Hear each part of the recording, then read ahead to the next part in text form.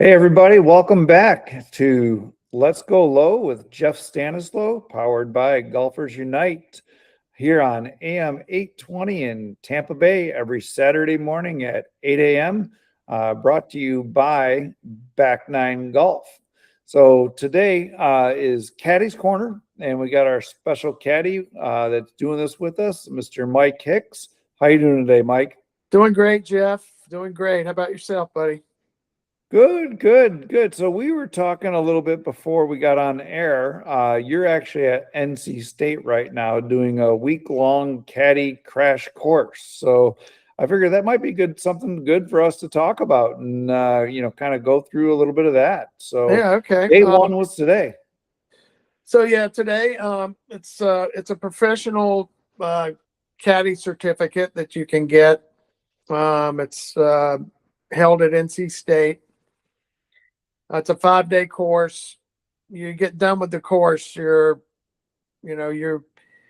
could caddy on one of the professional tours after taking our course for 5 days. Definitely work at a resort like Pinehurst or Pebble or one of those big name resorts. You could work there for sure. But we have all walks of life. We've got a couple military guys here this week. An admiral in the Navy is here, just retired. None of the last class we had a colonel from the Army that took the class. So we got all walks of life that come in here and are ready for a career change, and we help them change it. Awesome. Awesome. So this it's a 5-day class and it's at NC State. And then when you're basically done and you get your caddy certificate, you could go to the pro tour if that is an option for you or if that option's available. Most of the people kind of start caddying at some higher end resorts, get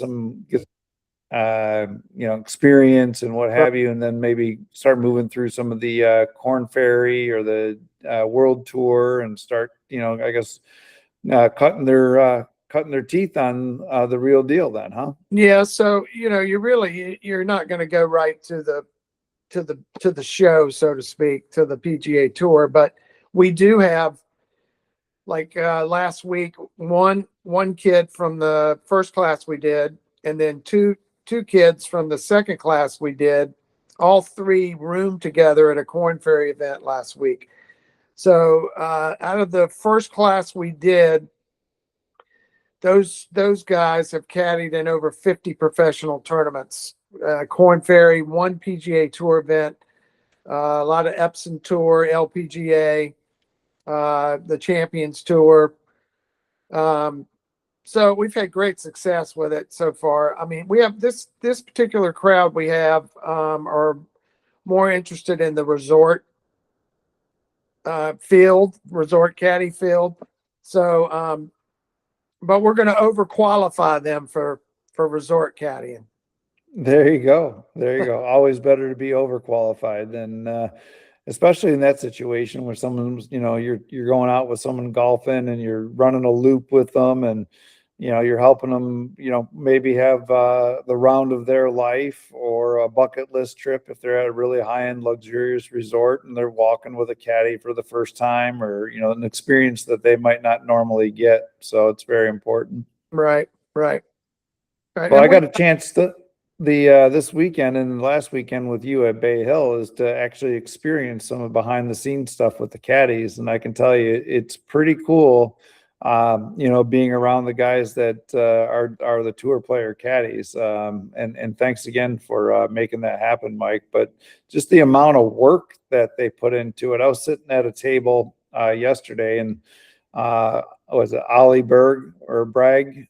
He's over there and he's got some device and he's trying to figure out how to get his phone to level. So like it has to be perfectly level. And so he's got some device on the back of the phone and they're getting data points and, whether it's perfectly levels because they want to double check their level blocks and sure get every little inch, every little data point, when it comes down to reading the greens, when they start marking them off for their tour players to hit the putts, they want it perfect. Yeah. Yeah. It's a lot involved in it now. Like tomorrow's class,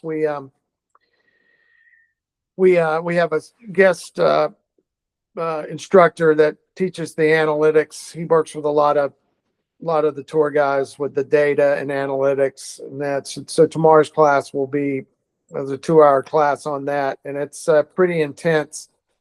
The stuff that you have to know if you're going to caddy on the PGA Tour now. You have to know the data, the analytics. Then Wednesday we do an all-day aim point class.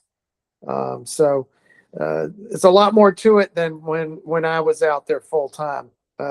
Yeah, tell us the difference. Like, you didn't have back all in the that day, data. I mean, it was I get a yardage. Where's the wind? What's the shot plan? Pull a club. Now it's in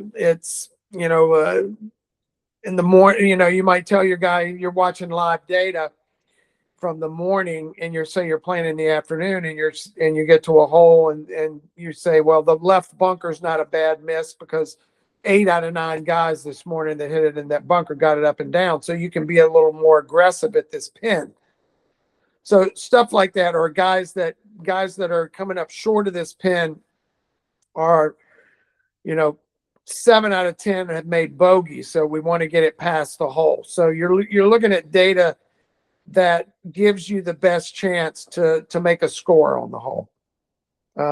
So it's crazy now. It's a crazy world out there with all the analytics and data, and learning to read greens using aim point. It's just a different world than what just it used to be. Picking a club, what's it playing, pick a club, hit it, knowing that, probably short side yourself is not a good idea. It's just common sense, right? But they've got it narrowed down now. I mean, you play the percentages, and the data's right. So, I mean, why wouldn't you do that? But it takes, in my opinion, you bring in some negative thoughts, like we don't want to hit it here, we don't want to hit it there. You would never said that 20 years ago to any of these pros. Right. This is Jeff Stanislow. You're listening to Let's Go Low here on AM 820 with our special guest Mike Hicks, Payne Stewart's caddy. He does our caddy corner here on the Let's Go Low show. This episode is brought to you by Back Nine Golf. And Back Nine Golf in Carrollwood is opening up here in early May. So, Mike, we were talking about data and caddying, and you're there at NC State right now doing a week-long seminar for prospective caddies that maybe enjoy golf or like a lot of the. But we were talking about data and how important data is, but there's also the reverse, right? The death by data, as they call it. You start getting so much into the weeds, like, looking at these apps with the wind speeds and how the wind patterns are going, and the directions. And then you get out there in the real life, and all of a sudden it's swirling. So your game plan is based on data points from where the wind's coming out of. And then you're on a tough hole, and now all of a sudden the data, the winds have changed, and you got a game plan. You can overanalyze things sometimes out there. 100%. I think that has taken the golf game today. They've taken a lot of the artistry and the feel out of it. A lot of that has to do with equipment, ball not spinning as much, not curving as much. Guys hit it further. They're hitting shorter irons. That's why you see the scoring the way it is. But it's like you said. I mean, even though you've got all this live data in the morning, in the afternoon, if you're near the ocean, the tide changes, the wind changes. You can, you pretty much throw all that data out the window. Now all of a sudden it becomes a different hole than what the guys in the morning played. So there's still an art to caddying and just being, in the moment. And, if you're a true pro caddy, you're going to know, like if you're near the coast, like last week at Players, if the tide changes down there, that the wind's probably going to start coming off the ocean. And in March, though, the winds are pretty consistent because you have the different fronts coming through. So therefore, like the first round when they had that front that came through, the guys were out there in really warm weather there for the first part of the day. The wind's coming out of the south. The guys go out in the afternoon. It got chilly. The wind now is coming out of the north. So the data that was acquired in the morning wave, you could just throw it out the window because it was a totally different golf course. So that's when you really, you've got to weigh all that in, and you still have to use common sense. Yeah, and as a matter of fact, this is Mike Hicks, our guest on the Caddy Corner here on the Let's Go Low show on AM 820. You're listening to Jeff Stanislaw with Golfers Unite. So, Mike, as you kind of look at this program that you got at NC State, so you got it's 5-day programming, and you said today you kind of classroom styled it, right? And Yeah. what are some of the basics that you teach on day one? And then I know you mentioned tomorrow you actually go out on course with a couple pros, and they follow you and listen to you. Then you start giving them the bag, and you work with them, kind of like train the trainer. Right. Today was just what to expect in a week in professional caddy, and if you're at a professional event, what that week entails. Most people aren't used to using a yardage book. They use a rangefinder. We all do, right? There's no yardage books involved. We teach the students how to make a yardage book, because they're starting out on these lower tours. They're not going to have a great yardage book, not like a book that you get on the PGA Tour. So therefore, you have to add information, and you have to learn how to read a yardage book. I mean, it's not most people will open those things up and they don't understand a lot about what's going on in there. So we teach everybody how to make a yardage book, how to add information that would be needed. So that was today. That was just what in a week on the week of what the life of a caddy on a professional golf tour, what that entails. We go over how to make your travel plans, how to network. So today was just the basics about life on the road as a professional caddy. And like I said, a lot of these guys that are here this week there's only a couple of them, I think, that are wanting to go pro. They're more or less here to learn how to. They want a resort caddy or a club caddy. Sure. Which it's a lot of similarities, but they're going to be overqualified, like I said earlier, after taking this course to become a club caddy. And then some of the other things, we're talking with Mike Hicks, who's at NC State right now doing a week-long caddy training session. So you got a data day, you have an aim point day. You guys have a rules day too? Like, we do. We have Todd Satterfield, who's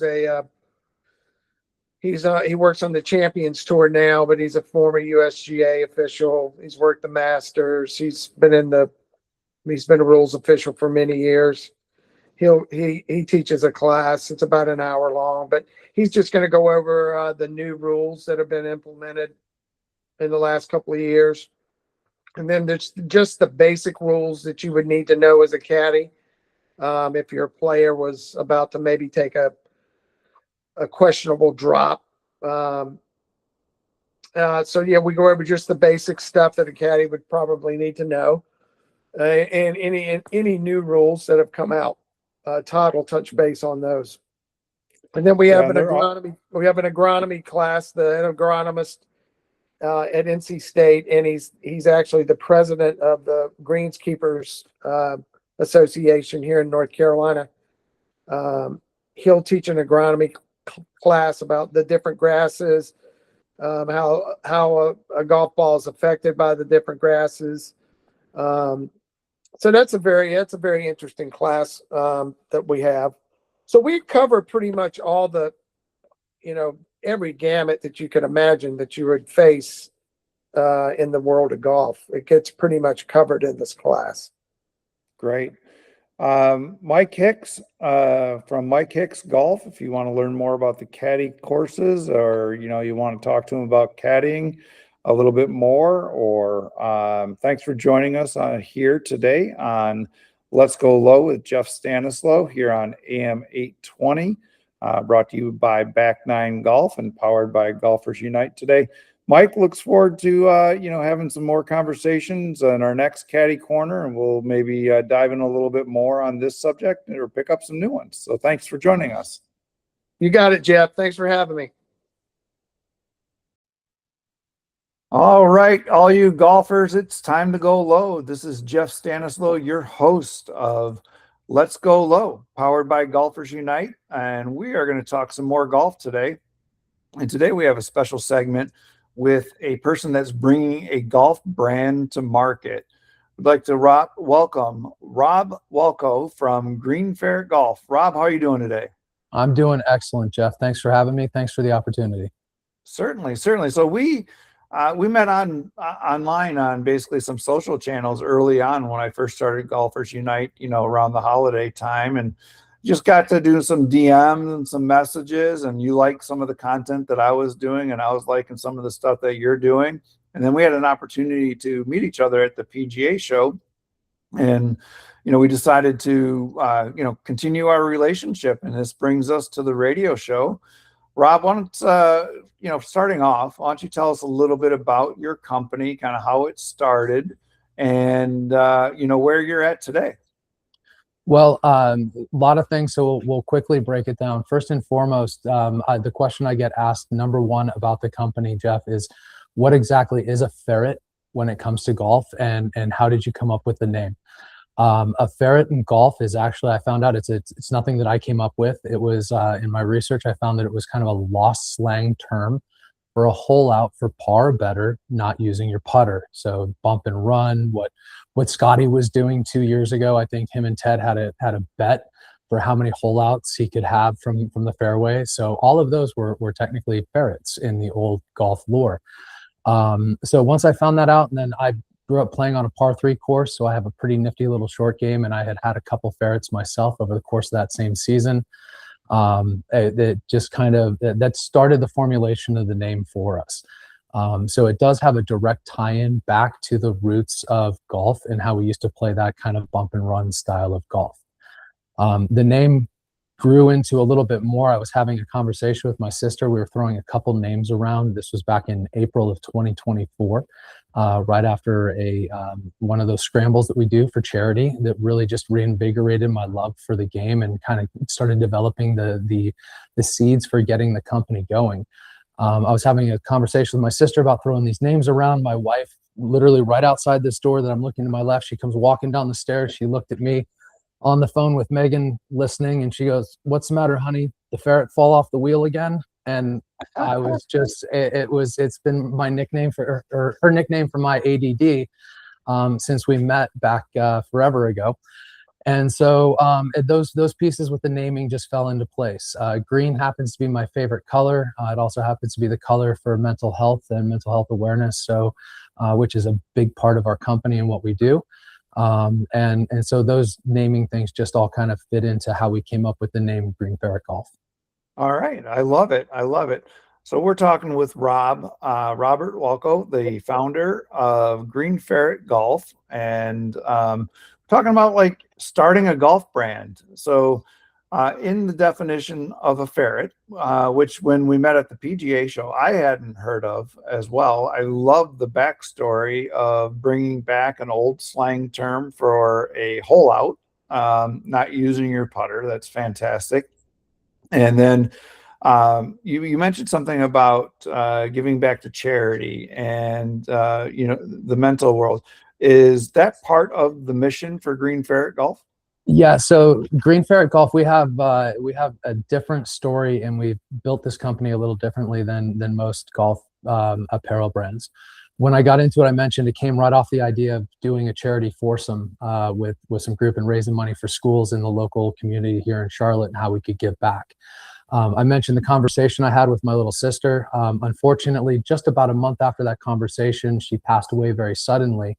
And I spent the next 6 months up until the show last year really struggling with my own mental health and just dealing with a situation in my life where I felt like life had treated me out of order. There's no way my younger sister should have left before me for any reason. But through local organizations and some local support and community groups that provided some help and some give back through mental health support, and then going to the show and realizing just, it's not that I didn't feel like I had a purpose for the company, Jeff. I knew that I wanted to do something. I just knew that we could do so much more than just be a golf apparel company. So it was through a couple things, and then an event that we held with a mental health organization that's near and dear to me. With where we are, I'm not going to go exactly with where they are. They're on they help with folks who maybe didn't want to be here, and we need to have them with us, if that's probably the great way to say it. But through working with them and doing an event with them, we really shifted the focus of the company to make sure that we could give back and support the folks that are really helping support the community. We went so far as to change the branding from having the brand be a little sideways facing ferret with a tam o' shanter to more of the GFG logo that's more stylized, just so that we can be more than golf apparel. But everything that we design, I spend all my free time on the course. So that's really interesting, and condolences for your sister. And I appreciate that. It's not something that I use. I mean, it's definitely part of the story because it shaped us from being just a company that's out there going, hey, let's make some clothes and make some profit, to really wanting to keep this a close to home story and a family story so that we can direct where some extra funds go to support the community. That's fantastic. We're talking to Robert Walco, the founder of Green Ferret Golf, and talking a little bit about like how this brand came to be and what its mission and purpose is. And I think these stories are really important for our listeners and people to understand and support. Myself personally, I support local here in the Tampa Bay area, a couple organizations that also support mental health, including IBIS Mental Health Network. As a matter of fact, in a couple months, I'm playing in their golf tournament. So moving on to the business, Rob, we appreciate your time again. You're listening to Jeff Stanislow from It's Let's Go Low show on AM 820, the Big 8, brought to you by Golfers Unite. So Rob, let's talk about like starting the business. You had a vision, you had a mission, and maybe you can talk to us a little bit about like, all right, well, I need to get some shirts or I need to get some hats, and what do I do now? And kind of like take us along the journey of the actual execution from idea. Cause I think there's a lot of people out there that like have a logo or something they design, but you've actually made it through what I call phase one. So. Well, and I appreciate that. Thank you. It's my first thing is if you have an idea, go for it 100%. It's a big, huge world. It's a ton of community. The game is growing. Not everybody's going to make it because you're going to make some mistakes along the way. And you may or may not have a support system there that's able to work with you. But you can always reach out to myself through social media and through the different channels, and I'll help you along the way. How did my journey started? The PGA show 25. We just came out of 26, right? The PGA show 25. As I mentioned, I kind of went in there a blank slate. My background is in wholesaling and financial services and sales and running tech companies. I honestly, Jeff, and for your listeners, I didn't know the first thing about designing a shirt other than I had a pretty cool design under here that you can't see on the radio that you've seen live that had to do with the Pushcart Mafia that I thought I want to bring this shirt to market. So what we did was we started with a company that allowed us to essentially take their shirt and use our brand on it. And I went around to golf courses here in the Charlotte area, talking with them about how we could work together. And we found a very nice niche working with the pro shops to help them lower their margins and keep their outdoor employees safe from the sun with a lightweight shirt that they could be out here in the Carolina sweat and heat all day long. While I was going around getting the feedback from those initial sales, we went ahead and started making some changes to what we would like to do. We got tech packs. I worked with a design firm out of Bangladesh that I found on Fiverr. Amazing firm. We're working on the next series of shirts and outerwear right now as we speak. Just making little subtle tweaks based on what we get from feedback from our customers, because every shirt that we send out goes out with a customer comment card. A lot of people send me back direct emails with, hey, I absolutely love this, this, and this. Have you considered this? And so we just put everything into a spreadsheet. And once it hits X number of times, we go, all right, that must have been an issue, or that must be something that somebody wants. And then we go back to the design guys and go, let's look at making these changes. Yeah, I mean, it's quite the process. We're talking with creator and founder of Green Ferret Golf, Mr. Robert Walco, and kind of getting behind the scenes of what it is to bring a golf brand to market. It is not easy. It is not, I mean, I think you see all these affiliate programs and stuff on the people on the internet and socials making money by, really not putting a lot of work, time, and energy into things. And for the most part, that is just not the truth. It takes a lot of time, content creation, building your social channels, design, manufacturing process, sales, delivery, customer service. The onion seems, limitless in sometimes. So this is Jeff Stanislaw, your host for Let's Go Low here on AM 820. Rob, diving into the next round, what did you find that was like easier than you thought? And then what did you find that was more difficult than you thought in your quest here to bring Green Ferret Golf to the world? I'm going to start with what I have found to be more difficult is honestly, it's flipping the camera around and documenting my journey. And there's a little bit of an ADD aspect of me that when an order comes in, amongst everything that you were saying, peeling the onion, I want to make sure that I'm delivering and fulfilling for my clients on time. And I'll walk into our delivery center and I will just forget to hit record to do a packaging video. The other part of it is we have I can say I have a few celebrities that do wear our brand I don't share those videos because out of respect for those folks, unless they give me permission to do it. It's just a respect thing that comes from my past world. The hardest part for me though, Jeff, is literally it's the social media side. In a past life, I worked with it a little bit and did not find it to be a fun companion. I don't think that it's always best for everybody's mental health to have everybody's opinion chime in. That's just a me thing. I'm not trying to take away from anybody, but that's just me. So a lot of times I find the marketing side of it to be a little challenging in today's conventional online world. I am very blessed to have a few folks that I've met through social media, both here locally in Charlotte and in Illinois and other couple places, that we're starting to work on some partnerships and collaborations. So, because like you said, I don't see myself as a content creator, Jeff. I see there's other guys that do way better content. I can provide you some behind some scenes. I can tell you this, but I get just as much satisfaction out of meeting with the club pro and closing the business as I do getting a birdie on 18 to beat my buddies. It's just the way that I am. Okay. So the big thing in growing my brand is I have started that search for ambassadors and started that search for just normal golfers who want to grow with a brand that's trying to grow and do the right thing and help get the word out to their friends that they found something that feels great while they're on the course. And it's a brand that they feel that they can stand behind because we're going to do something great for the community as well. That's fantastic. Rob Wilco from Green Ferret Golf. Tell us how people can check out your offerings. Well, thank you. Absolutely. Thank you.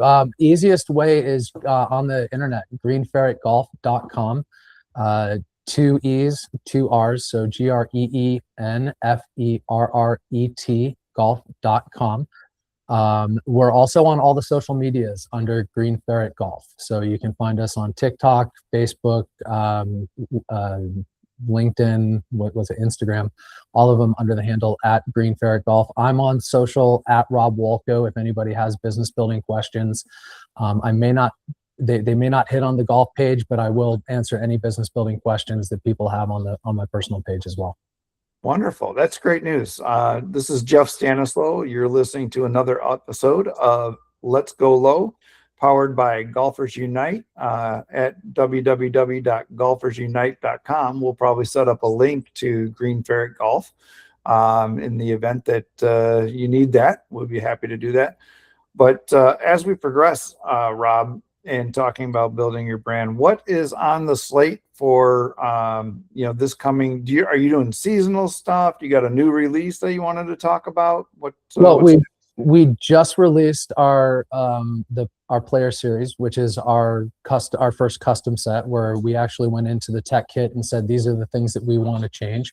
Wearing the hoodie right now, I actually spoke with somebody today who tested it about design. He's like, it felt a little big on my head when I wasn't wearing a hat. And I asked him, how many times do you play golf without a hat on? He said, never. I said, put on your trademark fedora, throw that thing on, tell me what you think.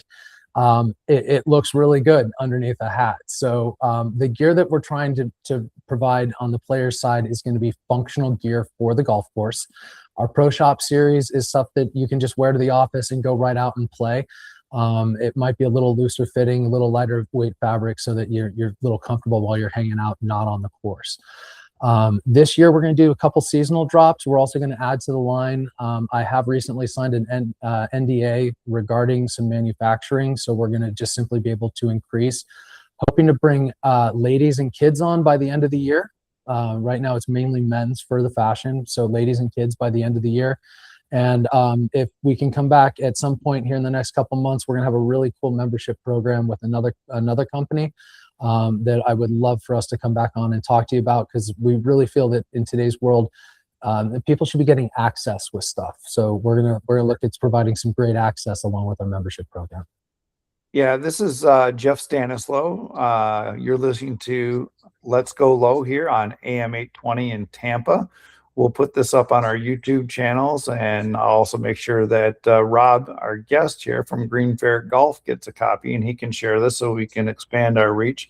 Would love to have you come back on the show and kind of document this journey and talk to us about the growth, because while we didn't get into a lot of it today, I'd love to kind of, bring you back and have some segments about different things and different challenges and how you overcame them and the growth model, because I think a lot of our listeners, who are in the golf industry would really, really enjoy that. Again, Rob, in closing here, why don't you tell us how people can find out about you one more time, and then I'll also post it up at golfersunite.com.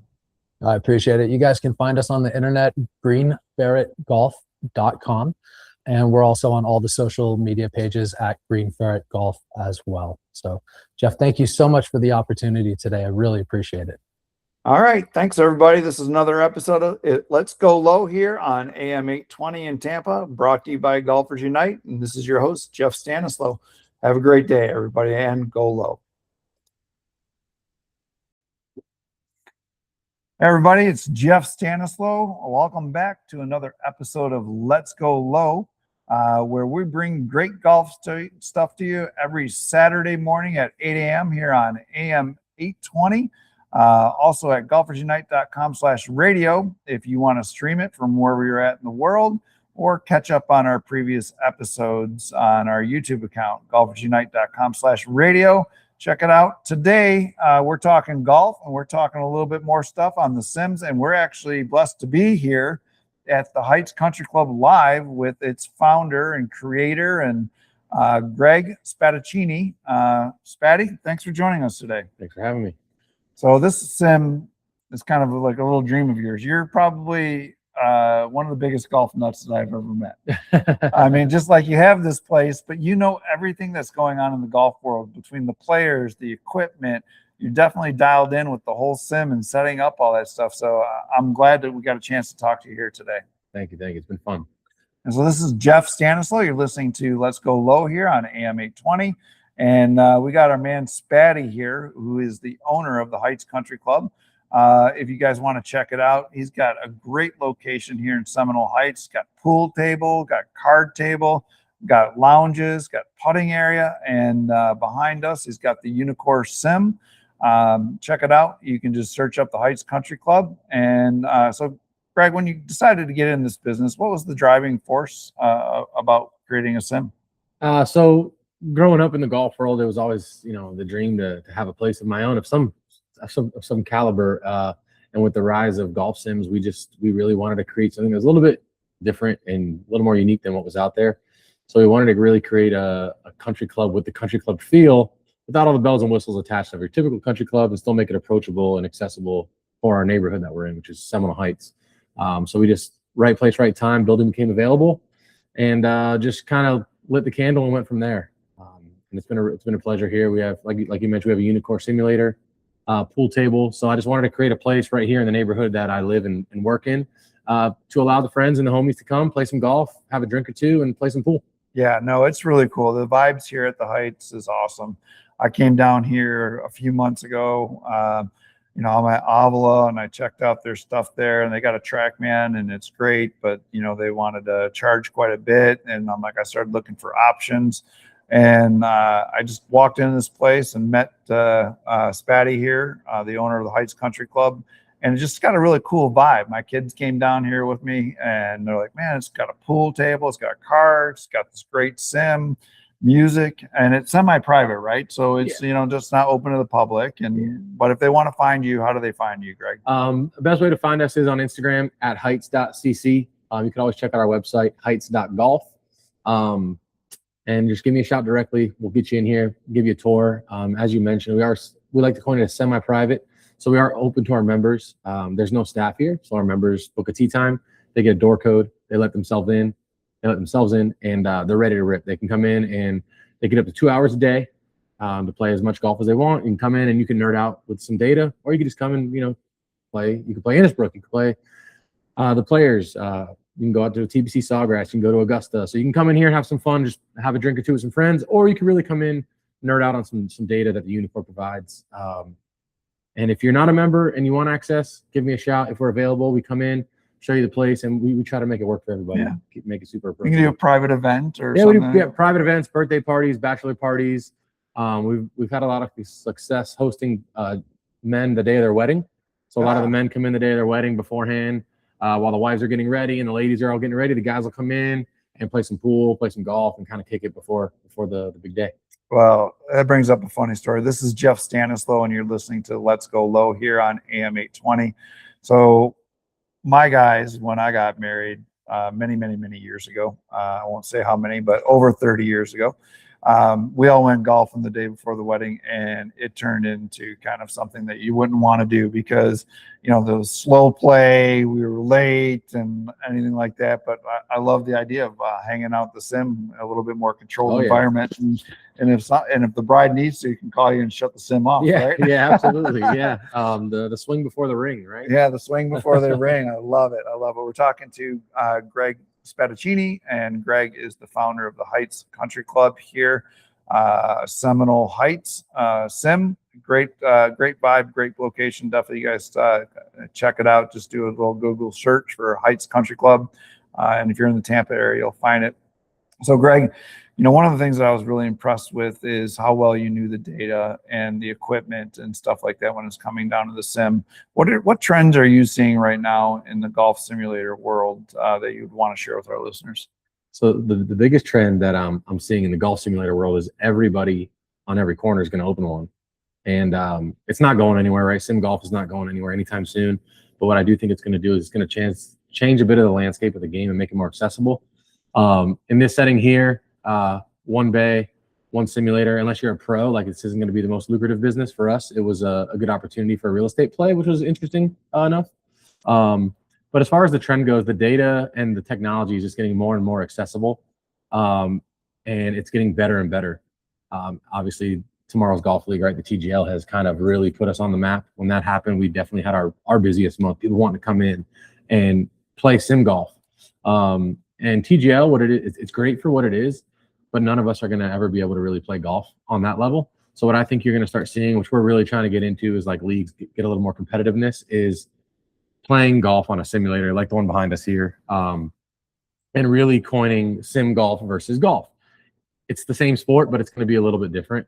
You're not going to hit the ball out of a bunker. You're not going to hit the ball out of the rough, but you're going to be able to emulate that data on the screen to have a competitive atmosphere in what I think the future of sim golf will be. In my opinion, I'd love to see like a high school sim golf team and a high school golf team. Right. Give So, a little bit more access to a little bit people. more access to more people. Let them mature a little bit. Maybe they don't make the in real life golf team, but they're on the team. They're getting all the benefits of being on a team. They're working on their game, especially as a freshman level. They might be very Absolutely. athletic, but they're not used to golf and what to do, so they can learn. So, Absolutely. And I also think that sim golf is so different that I've been in here with some players that are exponentially better than me on the course, but I can smoke them on the sim because there's little nuances of sim golf that are going to be a little bit different than what you get out in the real world. And as you know, and I know, and most people watching know, there's not going to be many new public golf courses coming around. So the certainly. accessibility Real to golf estate, is so going to change. expensive. Yeah. Exactly. So this is Jeff Stanislaw. You're listening to Let's Go Low here on AM 820, and we're broadcasting live today from the Heights Country Club, and we got its owner, Spatty, or Gregory Spadaccini. And Gregory, when it comes down to really understanding the sim world and playing in the sim sports, one of the things that I think is kind of overlooked is this ability to use a software called GS Pro and play with your friends all over the world. Or if you're a business owner or a salesperson in business and you're starting to build a relationship and your clients in California, why not come up to the Heights and play a sim match on the GS Pro? Yeah. You see that growing? Absolutely. Yeah. GS Pro is phenomenal. There's GS Pro. So like you and I, we played an online match with people in, I think they were in Kansas. Yeah. So we played an online virtual match with some friends out in Kansas. You hop in just like a game room, like as you would on like your PlayStation or your Xbox. You could log in, type in the chat room, and boom, you've got a virtual golf match set up in different time zones, essentially. Aside from that, there's also SGT, which is also part of GS Pro, which is a simulator golf tour. And that's what I'm really trying to push for our members here is competitive golf. So you and I and thousands of other people can play. Let's say we wanted to play Innisbrook and replicate Valspar this week. We can come in and you can play at your 9 o'clock session, and I can play next week at my 2 o'clock session. And at the end of the month is when we could determine the winners. And wow, there's no way for you to essentially quote unquote cheat or change the settings. It's an even playing field for everybody. And that's what I think is going to be extremely helpful in the future of sim golf is just competition.